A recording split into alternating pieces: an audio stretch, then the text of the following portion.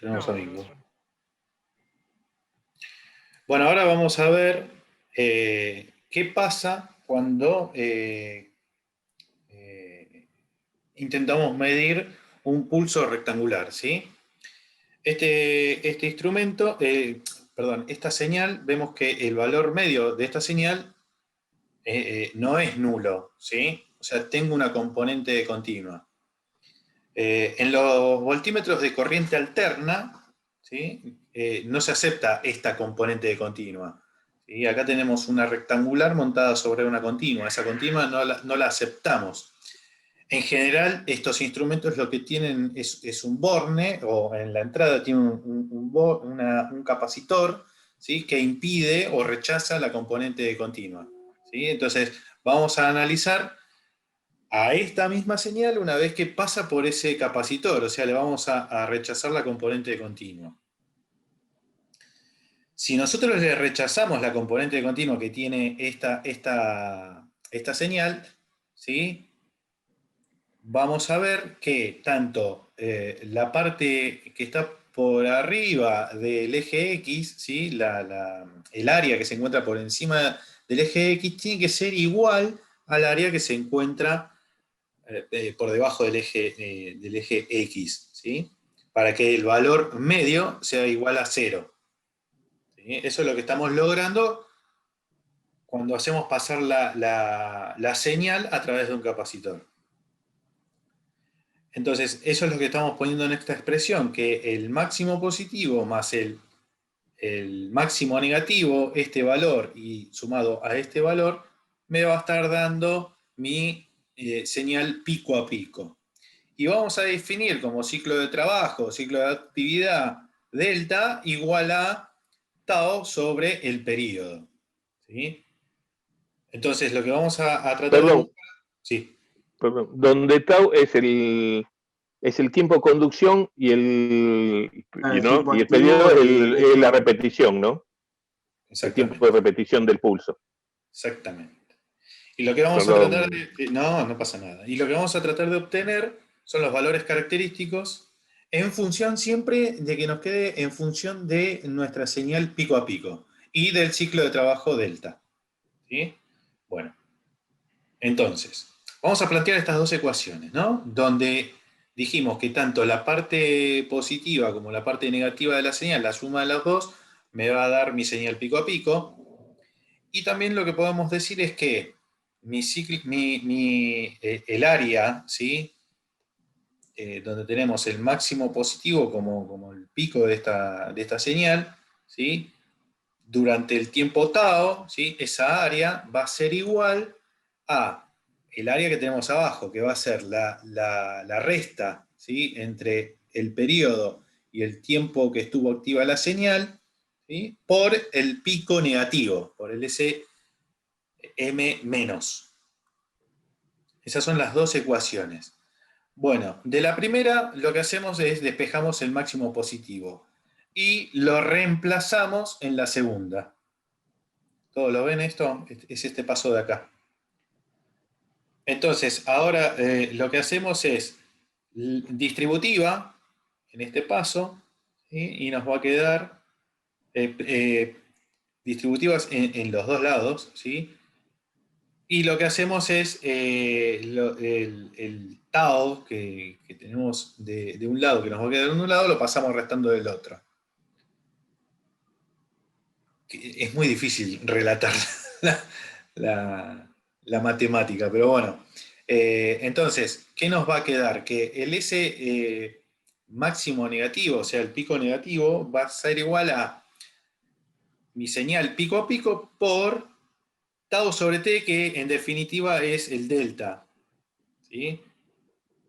Y lo estamos dejando expresado como habíamos manifestado al principio, en función de mi señal pico a pico y de delta. Una vez que obtenemos el valor del máximo negativo, lo reemplazamos en la ecuación en la primera ecuación, ¿sí? En esta que habíamos despejado acá, para obtener el valor del máximo positivo, y nos va a quedar también en función del máximo del pico a pico por 1 menos delta. Esos son los dos valores, el máximo negativo y el máximo positivo, expresados en función de pico a pico y del delta. Una acotación Sí, para tener en cuenta. Volvé para atrás al dibujito. al dibujito. A este. ¿A este o al de Ese otro? que el que está, no, el que está con el valor medio nulo. Este. Ese sí. Tengan en cuenta, fíjense que nosotros calculamos el valor máximo negativo. Cuando yo tenía la señal con la continua, yo lo agarré, lo pasé por un capacitor y anulé la continua. ¿Cuál sería la continua que anulamos? ¿Cuánto valdría la continua que anulamos? SM negativo. Exactamente, ese M negativo es la continua porque es lo que yo bajó la señal. Claro. ¿Se entiende? Es decir, que yo ya conozco cuánto era el valor de continua que poseía la señal, que es ese pico pico por el ciclo de actividad. ¿Sí? Lo que sería ese máximo negativo, ¿no? El valor de ese máximo negativo. Quiere decir que ese es mi valor de continua que trae la señal. ¿Sí? Ya conozco un dato. ¿Sí? Que era ese valor, el valor negativo me está dando eso. Listo, perdón. No, está bien. Bueno, y ahora lo que vamos a calcular es el valor medio de módulo. Acuérdense que el medio de módulo era todo lo que nosotros tenemos por debajo del eje X, lo ponemos como positivo, ¿sí? Ese es el resultado de pasarlo por el puente de diodos y resistencia, ¿no? ¿Se acuerdan que habíamos hecho, que habíamos sacado 2 diodos y habíamos puesto 2 resistencias? Entonces, el medio de módulo de la señal. Y lo calculamos con integrales, ¿no? Porque en definitiva lo que nosotros tenemos que calcular es el área bajo la curva en este periodo, de 0 a t. Entonces, el valor medio de módulo va a ser 1 sobre el periodo por la integral entre 0 y t del módulo de la señal, de t diferencial t. Entonces, de 0 a tau, la señal, ¿cuánto me vale? Ese máximo positivo, diferencial t, más entre tau y el periodo t, la señal me va a valer ese máximo negativo, diferencial t. ¿Sí? Ahora reemplazamos los valores que nosotros obtuvimos anteriormente del S máximo positivo y el S máximo negativo, y como son constantes, salen de la integral y me queda la integral entre 0 y t diferencial t, que va a terminar siendo t entre 0 y tau. ¿Sí? Que en definitiva, entre 0 y tau me va a terminar quedando, quedando solo la parte de tau, porque la otra se me va a anular. Multiplicado por ese máximo positivo, que es ese pico pico, por 1 menos delta. Y lo mismo del otro lado, nada más que en este caso, el S máximo negativo es ese pico a pico por delta por t menos tau, ¿sí? Que son los límites de la integral.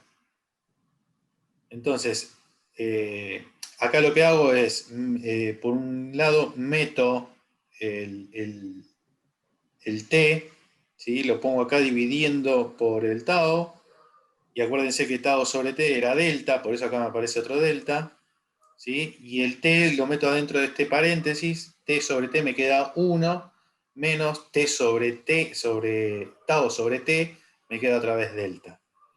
Y después me queda la suma, ¿no? Me quedan 2 S pico a pico por delta por 1 menos delta. ¿Sí? Son 2 veces, está repetida el mismo término, entonces son 2 veces uno de los términos. El otro valor característico del pulso rectangular que vamos a calcular es el del valor eficaz. Ahora, ¿cómo calculamos el valor eficaz? Bueno, el valor eficaz al cuadrado es la integral de 1 sobre t, es 1 sobre t por la integral entre 0 y t de la señal al cuadrado de t diferencial t. Y bueno, aplicamos el mismo razonamiento que antes, ¿no? Mi señal al cuadrado, ¿cómo va a estar constituida? Por el S máximo positivo más el S máximo negativo al cuadrado diferencial t. ¿sí? Entonces, en este caso, yo lo que tengo que hacer es aplicar el cuadrado de un binomio, ¿sí?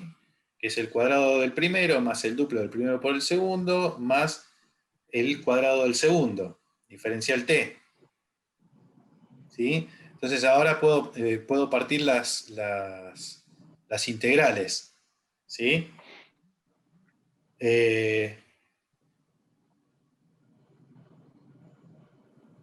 No sé si relatarles todo el procedimiento, pero en definitiva, si uno Van a dar empieza... cuenta, ¿Eh? No se van vale a dar cuenta. Claro, no vale la pena, o sea, No, no vale la pena. en relatar todo el... No, lo que sí lo que estaría bueno explicar es donde vos tenés el doble producto, el doble de las dos integrales, la integral doble, si todo ese término vuelve cero. ¿Por qué? Porque cuando yo hago la integral entre 0 y t del producto de estas dos señales, fíjense que entre 0 y tau, ese máximo positivo tiene valor, pero ese máximo negativo vale 0 en ese caso. Por lo tanto, la integral esa, entre 0 y tau, vale 0. Cuando yo hago la integral entre tau y t, ese máximo positivo, ¿cuánto vale en ese caso? 0. 0. Y ese máximo negativo tiene un valor, entonces estoy multiplicando por 0. Por lo tanto, esa integral doble, Claro. se me hace todo ese Todo eso es conjunto, 0. No. todo ese término es 0. Por eso me queda el S máximo positivo al cuadrado y el S máximo negativo al cuadrado. Y entonces de ahí se desarrolla toda la ecuación que está debajo. Fíjense que es el cuadrado, ese máximo se convierte, ¿no? El S máximo positivo se convierte en su término, todo al cuadrado, y el S máximo negativo también se convierte en su término al cuadrado, y después tengo por tau en el primer caso, pues entre 0 y tau, y en el segundo caso, como es entre tau y t, me queda multiplicado por t menos tau. Y después todo lo demás es un desarrollo. Es desarrollar todo y van a ver que, bueno, tengo un montón de ciclos de actividad, ciclo de actividad al cuadrado, ciclo de actividad al cubo, se me simplifican los términos y termina quedando el término final. Sí, que es lo importante, ¿no? Que el valor eficaz va a ser el S pico a pico por la raíz cuadrada de delta por 1 menos delta. ¿Sí? Para guiarlos un poquito más, acá tienen que aplicar también otra vez el cuadrado de un binomio, que acá está el resultado. Sí, ahí está desarrollado. Sí. Una pregunta. La integral esa sería la suma de dos integrales, ¿no? La que está, la integral doble. No, son dos términos, el producto de dos términos. Mirá que acá está multiplicando, ¿eh? Porque no entiendo cómo salta una integral simple a una doble. Por eso. Sí, integral doble. Yo lo que, a ver, es como que te lo descompuse. Es una integral doble. Vos estás integrando, vos tenés que haberlo visto en análisis matemático. ¿Cómo se procesa una integral doble? Yo como que te lo descompuse. Te dije, bueno, mira, ves para la parte como si fueran dos términos. Realmente es todo un conjunto. Pero ¿qué pasa? Como yo, cuando integro entre 0 y tau, uno de los términos se hace 0, digamos, esa parte de la integral valdría 0. Y cuando yo integro entre tau y t, el otro término se me hace 0. Por lo tanto, en la integral doble, ambos elementos o componentes que conforman a esa integral se me hacen 0.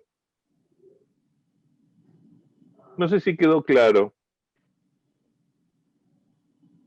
No, ¿Cómo pero, procesan ustedes las integrales dobles? nunca lo había visto así, pero creo que, o sea, Nunca integraste, nunca viste una integral doble Sí, en tu carrera. Vas a tener que ir a análisis matemático 2, creo. O 1. Profe, Sí. si pudiéramos ver el gráfico, esa integral que está entre...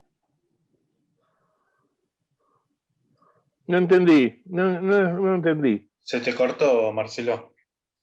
No, digo que la integral doble que se refieren está ahí, creo que está dibujada ahí en ese gráfico. Se descompone en realidad. La primera integral se descompone en dos. Es un desarrollo matemático. ¿De qué se están refiriendo?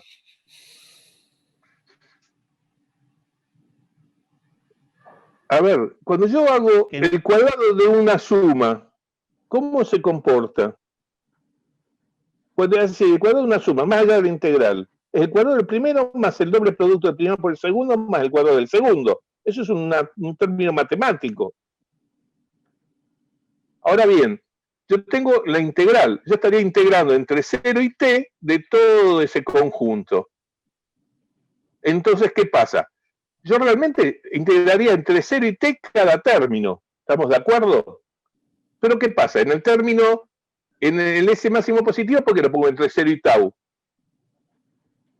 Porque entre tau y t no existe el término. Entonces tengo que integrar dentro del intervalo donde existe la señal.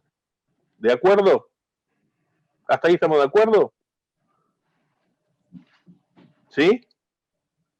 Bueno, la integral doble aparece porque yo tengo un término le corresponde a la parte de entre 0 y tau y la otra parte entre tau y t. Si no, pongan una sola integral que va ya entre 0 y t, es lo mismo.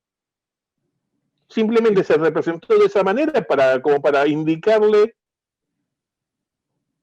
que había dos componentes, ¿no? ¿Se entiende o no se entiende? Sí, yo... Sí, está anotado de otra manera. Sí. ¿Le puedo dar una ayudita? El ingeniero Rademacher es un purista y un amante de la matemática. Capielo, que no es ningún purista ni ningún amante de matemática, hace lo esto, hace de Capielo. otra manera. Vayan al dibujo, claro. Capielo hace eso. Anda al dibujo anterior. Por favor, Adrián. Sí, bueno. A la diapositiva anterior. Miren, chicos, yo tengo esa señal que está formada por dos rectángulos. Una que tiene ese máximo positivo entre 0 y tau, y la otra que va que entre tau y t, con ese máximo negativo.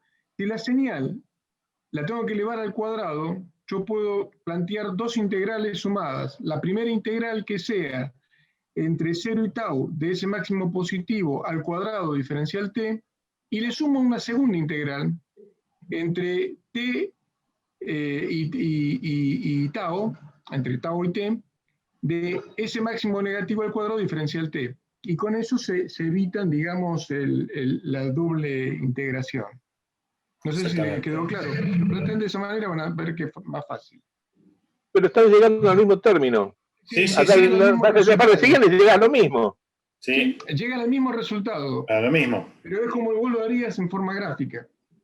Claro. Está bien, pero si yo lo hago por integral, lo tengo que hacer de esta manera. Sí, gráficamente sería elevar este punto de acá al cuadrado, tener una señal así más o menos. Así, claro. Y así. Y después la calculan con los nuevos. Pero lo haces a través de la integral, ¿no? Yo lo que estoy planteando es que quede igual. Nada más que son dos integrales sumadas. La integral entre 0 y tau de ese máximo positivo cuadrado diferencial t, más la integral entre tau y t de ese máximo negativo al cuadrado diferencial t. Si resuelven eso, resuelven dos integrales simples. Después el procedimiento es exactamente el mismo. ¿Qué es esto? No se van a encontrar con ese término del medio. Ahí es esto que estás diciendo vos, Ricardo. Claro. Esto de acá. Ese término que vos tachaste, lo único que me faltó es poner otra diferencial t. Claro. Para que fuera la integral doble. Sí, señor. Sí, señor, don Gustavo. ¿Sí? Es decir, lo que pasa es que eso lo quise para que fuera más visible. Lo correcto hubiera sido, es una integral simple que va entre 0 y t. Claro. No es una doble integral. Exacto. ¿Sí? Sí. Es una integral simple. Lo que pasa es que como estoy integrando entre todo el periodo y hay un término en el cual un término se hace 0 y el otro se hace 0, se me anula todo. Claro. Lo quise descomponer para que se hiciera más visible y me parece que generó una complicación. No, pero bueno, está bien.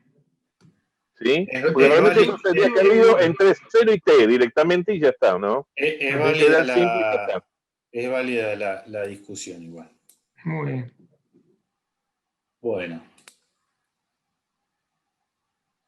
Perfecto. Bueno, toda esta discusión fue para decir que el valor eficaz, en este caso, me queda expresado como la señal pico a pico por la raíz cuadrada de delta por 1 menos delta. ¿Sí? Ahora bien, vamos a hablar de otros valores, ¿sí? que son importantes cuando nosotros estamos trabajando con señales rectangulares. Y uno en particular es el factor de cresta, ¿sí? Que el factor de cresta nos define el rango dinámico que posee la señal, en nuestra señal pulso rectangular, porque relaciona la amplitud que tiene la señal con la energía de la misma. O sea, acá lo que estamos viendo es la relación entre el máximo de la señal por el valor eficaz. ¿Sí? Entonces, como habíamos visto que el valor máximo de la señal era el S pico a pico por 1 menos delta, y el valor eficaz lo acabamos de calcular, que es el S pico a pico por la raíz cuadrada de delta por 1 menos delta.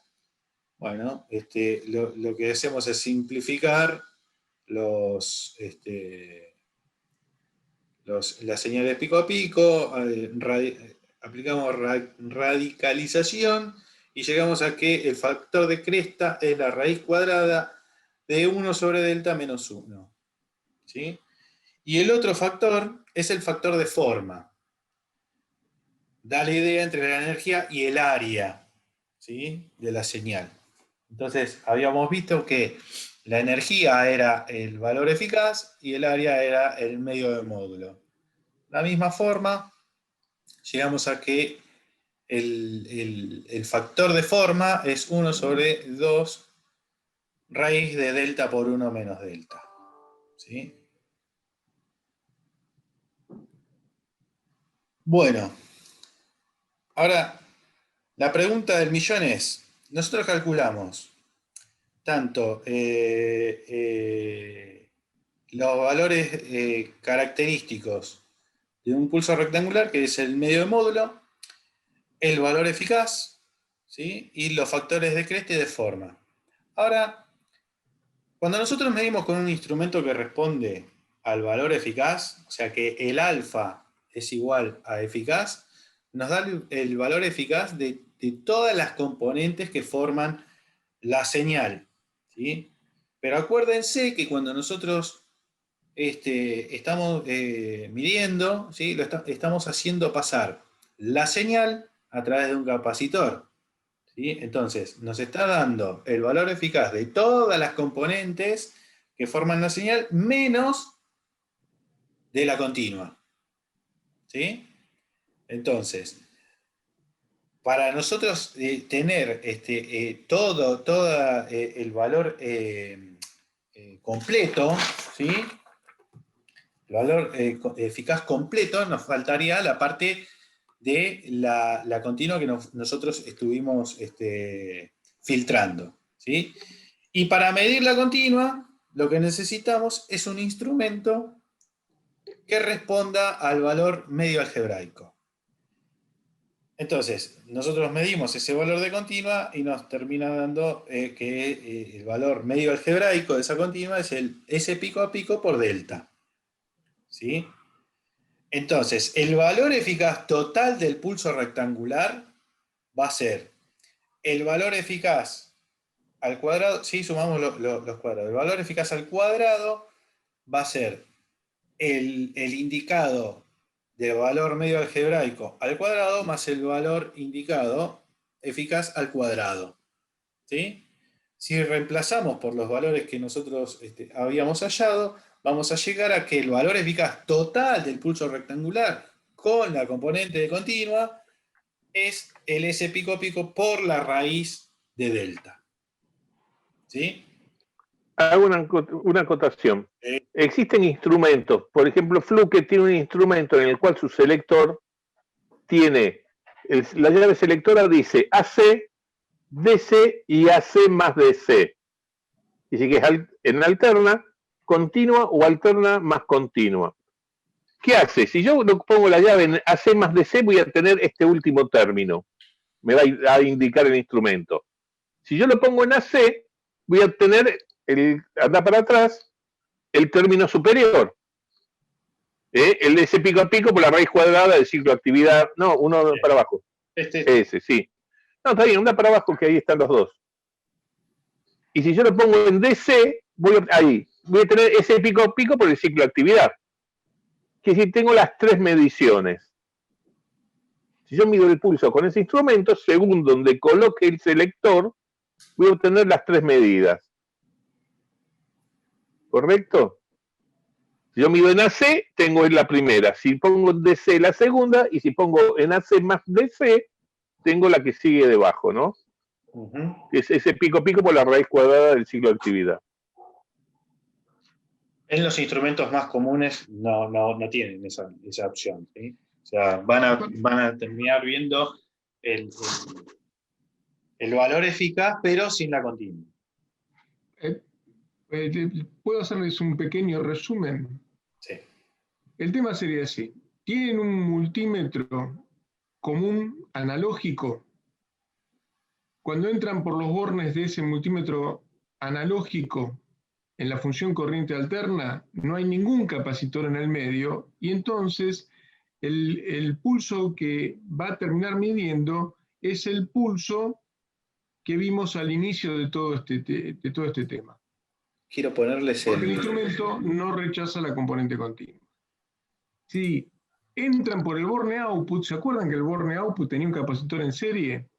Entonces, en esa condición el instrumento rechaza la componente continua. Y el pulso que terminan midiendo es el segundo pulso que está dibujado en los slides que estuvimos viendo hoy.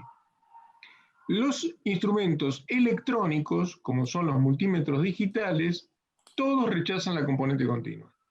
Esto es para que les quede presente. Entonces, nuevamente, si entro entre el borne que está marcado más y común, en la función corriente alterna, este instrumento mide la señal con la componente continua. Así que van a poder medir la señal del pulso rectangular que vieron al inicio de los slides. Si miden entre común y el borne que dice out, arriba de todo... Para, Ricardo, perdón.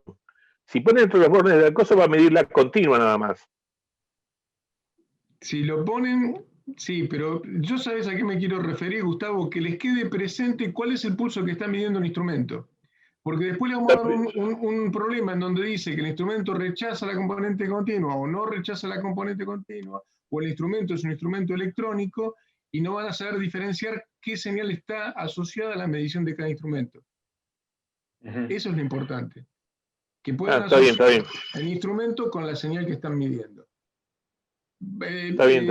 Adrián, lo que te diría es que pongas de vuelta el principio de la clase de hoy. Sí.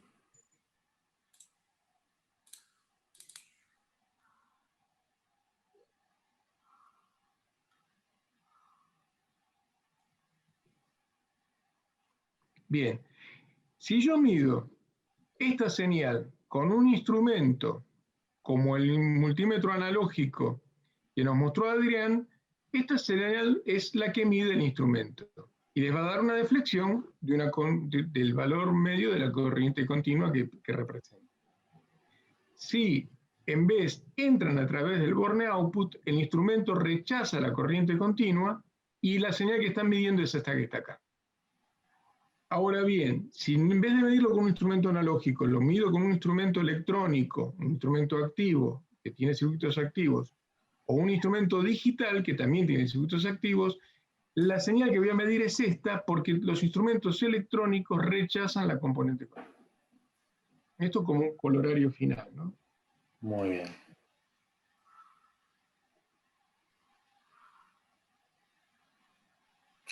Bueno, y quedan este problema, ¿sí? Donde van a tener que calcular el valor de las indicaciones que se obtienen con un instrumento que responde al valor medio de módulo de las siguientes formas de onda.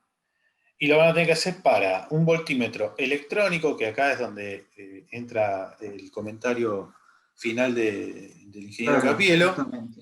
¿sí? Que rechaza la componente de continua, ¿sí? Y un instrumento pasivo que no rechaza esa componente de continua.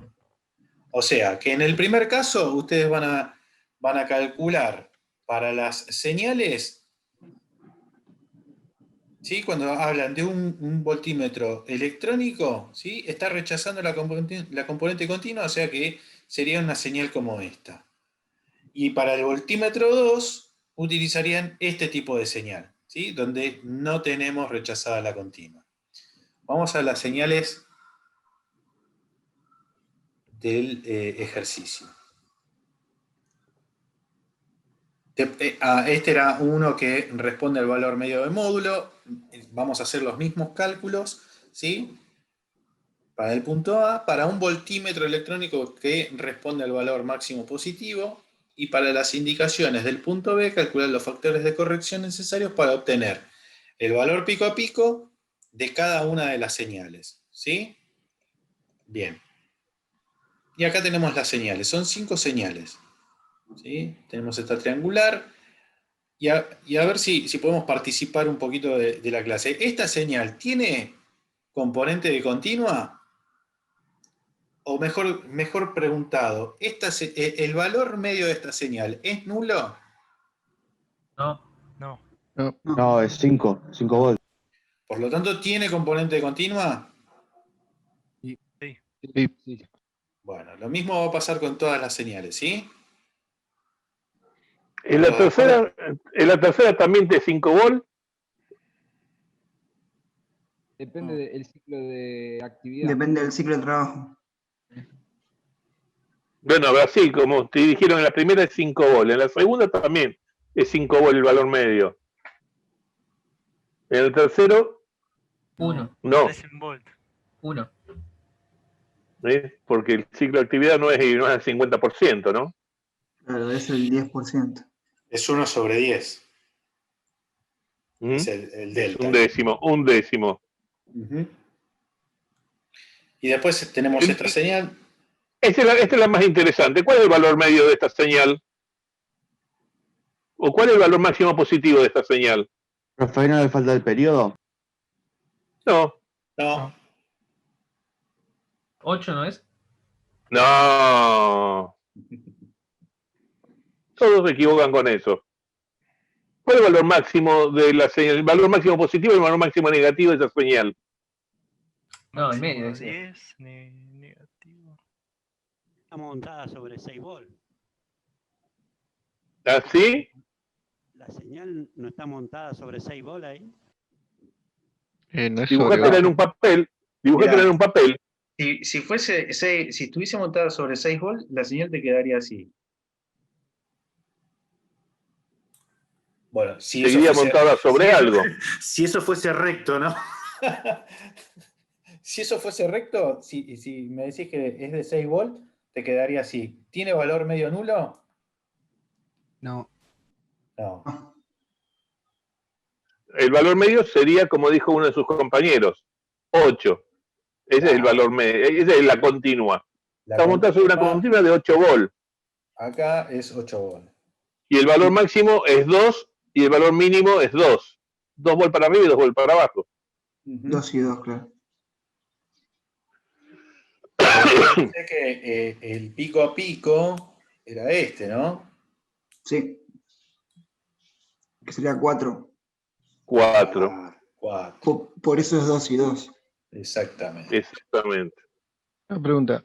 ¿Está montada sobre 8 volts porque es simétrico de arriba y abajo? O sea, no es simétrico, pero va 2 volts arriba y 2 volts abajo. ¿O por qué está montada sobre 8 volts? ¿Por qué está montada sobre 8 volts? Sí. ¿Cómo me doy cuenta de eso? ¿Vos En este fijas, caso, porque no veo, no lo veo, no entiendo. No, en realidad tendría que calcular... Bueno, dale, Gus. No, escúchame, yo te hago la siguiente pregunta, volver para atrás. Vuelvo para atrás. La triangular esta, no la primera. ¿Cuál es el valor medio para vos? ¿Cuál es la primera triangular? La primera triangular. 5. ¿Por qué? ¿Estás seguro que 5? Sí, me acuerdo de que lo dijeron recién. Sí.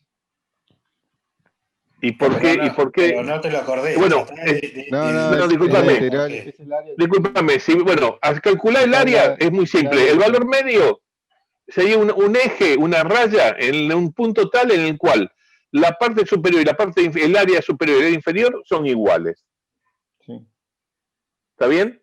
Entonces, si vos descompones los triángulos, vas a encontrar que el valor medio te da justo 5. ¿Por qué? Porque la parte superior y la parte inferior están en igualdad. Si vos desplazás esto hacia abajo, la señal, en el punto en 5 volt, te va a dar que tenés justo la parte media, donde el área que está del lado de abajo, de la línea T, es igual al área que está en la parte superior. Ese es el concepto de valor medio.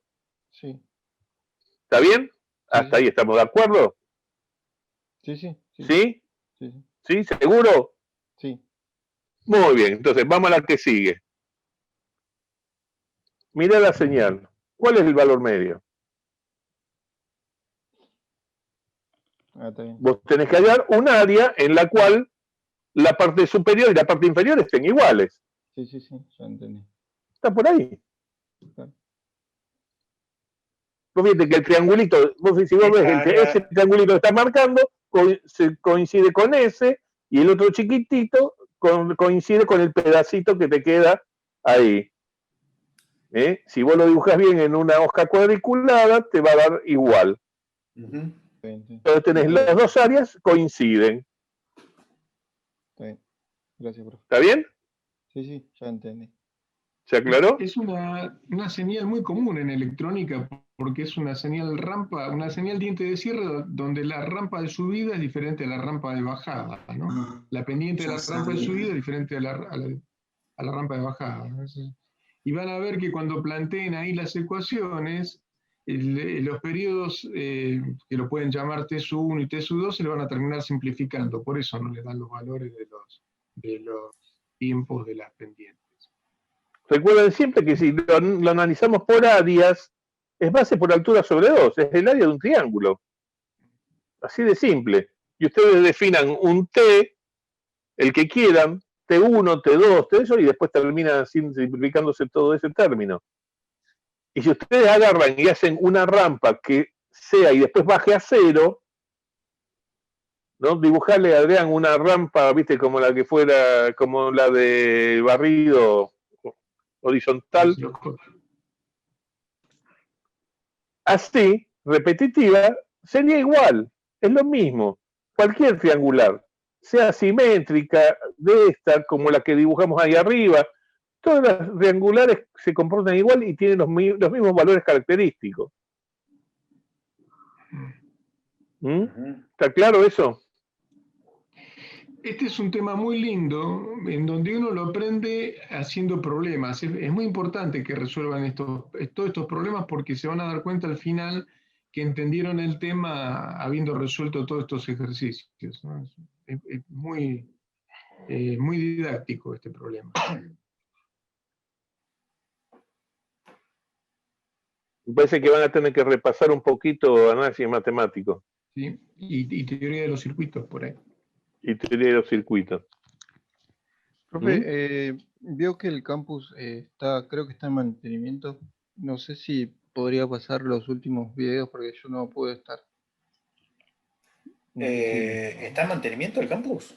No, Sí, no profe, está caída por la mañana. todo el día. Sí, pero no creo que esté... igual, a ver, los videos están hasta la Yo la última clase... clase no pude estar. La última clase de esta, no, todavía eso no lo subí.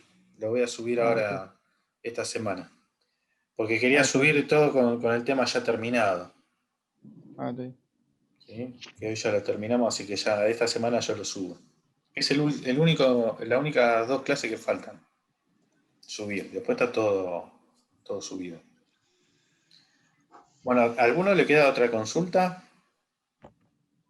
Profe, ¿pueden repetir lo del factor de cresta y factor de forma, eso de la relación entre la energía de la señal con la amplitud y eso que pasó medio rápido? ¿Sí? ¿Para qué?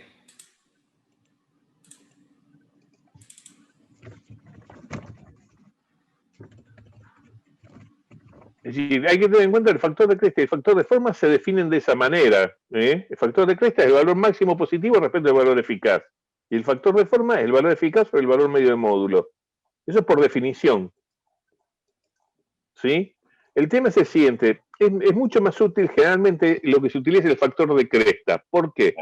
Porque vos podés ponerte a pensar lo siguiente. Yo puedo tener una señal que sea, no sé, 1000 volt pico, pero su valor eficaz sea 1 volt. ¿Por qué? Porque el ciclo de actividad es muy chiquitito. Entonces, yo mido con un instrumento esa señal y la pongo en la escala de, no sé, de 10 volt, lo quemo al instrumento. ¿Está bien? ¿Me entendés? Porque le estoy aplicando sobre los bordes 1000 volt. ¿Está Claro. de acuerdo? Sí. Pero eso es muy Claro, importante. está bueno. Más adelante vamos a ver el factor de cresta admisible de los instrumentos. Es decir, los instrumentos vienen definidos. ¿Cuál es el factor de cresta admisible que tiene el instrumento? Y eso es importante. Yo tengo que compatibilizar que el factor de cresta admisible del instrumento sea compatible con el factor de cresta de la señal, porque si no los termino quemando los O sea, instrumentos. claro, se quemó igual, por más que la eficaz sea 1, porque de todas formas en el periodo hubo 1000 volt. Claro, Exactamente. Eso me pasó yo Es hace tremendo, muchos años trabajaba con equipos de plasma, generadores de plasma para oxicorte, y un dueño de una máquina se quiso medir, me puso el instrumento y me lo quemó. Claro, se calcula que el plasma te genera alta tensión, está bien, es decir, en pulsos muy chiquititos, pero me lo hizo, cuando apoyó las puntas, echó humo el instrumento. Explotó a la mía. Lo que no explotó, hizo simplemente echó humito y ya está, y no me dio más. ¿Y eso qué pasó? Que el factor de cresta era gigante, porque tiene los ciclos de actividad muy superaba chicos al y factor de tienen cresta admisible. muy amplia la amplitud, ¿no? Positiva. Por eso hay que tener mucho cuidado con eso. Sí. Sí, porque Sí. le haces circular mucha energía a través del instrumento en poco tiempo. Y ese es el problema, ¿no? O sea, físicamente, en algún momento le tenés que dar un corte a eso porque por más que el eficaz sea de 1 volt, a nivel energético es mucha energía la que le está circulando. El ejemplo clásico, ¿sabes cuál es? Es ¿por qué nunca nadie puede medir una delta de Dirac? Quema todos los ¿Sí? instrumentos. Quema todos los instrumentos, no hay Claro, instrumento. porque sí. Tiene energía, tiene amplitud infinito, Infinita, claro. en un instante muy pequeño. Sí, claro, en un instante que es infinitamente pequeño, ese es proporcional, así que claro, es infinito. Un rayo, por ejemplo. En forma más práctica, los invito a que busquen, si tienen a mano, las características técnicas de la impresora que tengan en sus casas. Y van a ver un dato interesantísimo. Las impresoras indican el factor de cresta que tienen. Y ustedes pensan, ¿por qué me indica el factor de cresta? Si tiene un factor de cresta 3 o 4 o 5. ¿Saben por qué? Porque es un fenómeno que se da con las fuentes conmutadas. Hoy la fuente conmutada está generalizada en prácticamente todos los equipos electrónicos. Antes las fuentes de alimentación eran lineales. Tenían una constitución que era un transformador, reductor de tensión, un puente rectificador y un regulador de tensión. Así funcionaba la fuente. La forma de onda de tensión y corriente a la entrada de la fuente eran senoidales, desfasadas por supuesto, pero senoidales. Podían estar distorsionadas, pero eran senoidales. La introducción de las fuentes de alimentación conmutadas hacen que la fuente no conduzca durante todo el ciclo de la forma de onda senoidal de entrada. Conducen solamente durante un periodo de tiempo que es en donde se carga un capacitor que tienen a la entrada. El resto del tiempo no conduce la fuente, no conduce corriente. Por lo tanto, la forma de onda de corriente en la entrada de una fuente conmutada es una forma de onda que tiende a ser un pulso rectangular. Las fuentes que tienen las impresoras pueden llegar a tener un factor de cresta elevado y se lo indican. ¿Y por qué lo hacen? Porque eso puede resultar siendo una carga que si la conecto a un equipo de UPS, a una fuente de alimentación ininterrumpida, como es una UPS, puede llegar a saturar la salida de la UPS, la va a ver como una sobrecarga. Por eso se le indican. Y el número crítico es el 3. Las cargas que tienen factor de cresta mayor a 3, en general, pueden ser vistas como una sobrecarga para una línea de alimentación donde están conectadas. Perfecto. No sé si aporté algo o no. Si es igual a 3, estamos diciendo que entonces la eficacia es 3 veces más grande que el pico. Sí, o y sea, termina siendo un valor claro, crítico, para claro, mayores El valor eficacia de la máximo, energía. el valor máximo, el pulso máximo es más, puede ser 3 veces más grande que la eficacia. más Claro, el pulso grande máximo que es 3 veces el valor eficaz. Sí, sí, sí. Exactamente. Búscalo, vas a ver que es una de las cargas que a mí me llamó la atención. Las impresoras, sobre todo las láser, indican claramente cuál es el valor del factor de cresta. Sobre todo porque si te fijas en la entrada, si se fijan, miran una fuente switching, normalmente el circuito de entrada es un LC. Al ser LC, recuerden que en una inductancia, cuando yo estoy conmutando, ¿sí? En una inductancia, cuando yo conmuto, trato de conmutar, recuerden que siempre la tensión tiende a ser el doble de la tensión aplicada, en sentido inverso. Porque la inductancia trata de mantener la corriente que está pasando. ¿Sí? Entonces me provoca una tensión inversa del doble de la amplitud máxima. Bueno, eso al conmutar en alta frecuencia, eso lo empeora. No sé si ahí se complete la información. Lo que pasa es que es una carga LC, ¿no? En Es entrada. entendible, sí, sí, sí, sí. Sí, es entendible porque la bobina va a crear va a hacer la sobretensión.